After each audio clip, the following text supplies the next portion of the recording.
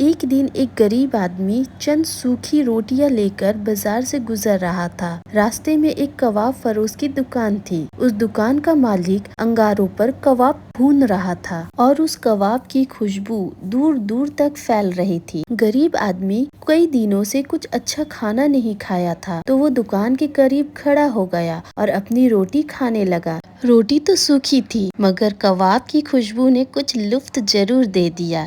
یہ منظر کباب فروش نے دیکھ لیا۔ جیسے ہی غریب آدمی وہاں سے جانے لگا، دکاندار نے اسے روک لیا اور کہا، پیسے دو۔ غریب حیران رہ گیا، کس بات کی پیسے؟ دکاندار نے بولا، تم نے میری کبابوں کی خوشبو سے لطف اٹھایا ہے، اس کی قیمت ادا کرو۔ دونوں کے درمیان بحث شروع ہو گئی اور آخر کار معاملہ قاضی کے دربار تک پہنچ گیا۔ قاضی نے پہلے غریب آدمی کی بات سنی، پھر دکاندار سے پوچھا کہ کیا واقعی تم اس خوشبو کی قیمت مانگ رہے ہو؟ دکاندار نے بولا، جی ہاں بالکل، میرے کباب تھے اور اس نے میرے کباب کی خوشبو سے مزہ لیا ہے۔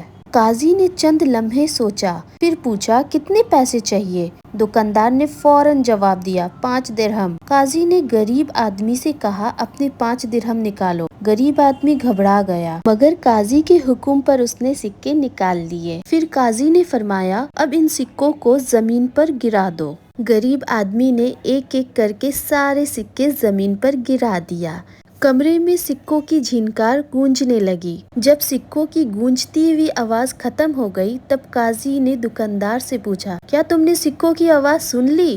دکاندار نے جواب دیا، ہاں خوب سنی۔ قاضی مسکرایا اور فرمایا، بس تمہارا حق ادا ہو گیا۔ قاضی نے فرمایا، غریب شخص نے صرف تمہاری کبابوں کی خوشبو لی تھی اور تم نے اس کے سکوں کی صرف آواز سن لی۔ خوشبو کے بدلے آواز، بس حساب برابر ہو گیا۔ دربار میں موجود لوگ قاضی کے اس انصاف پر حیران رہ گئے۔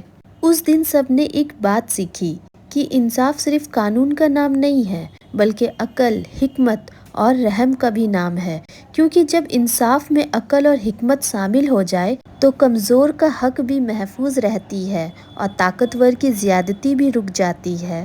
تو اگر آپ کو میرا یہ ویڈیو پسند آیا تو مجھے زیادہ سے زیادہ لائک، شیئر اور سبسکرائب کرنا نہ بھولیں اور مجھے اپنا سپورٹ دیں۔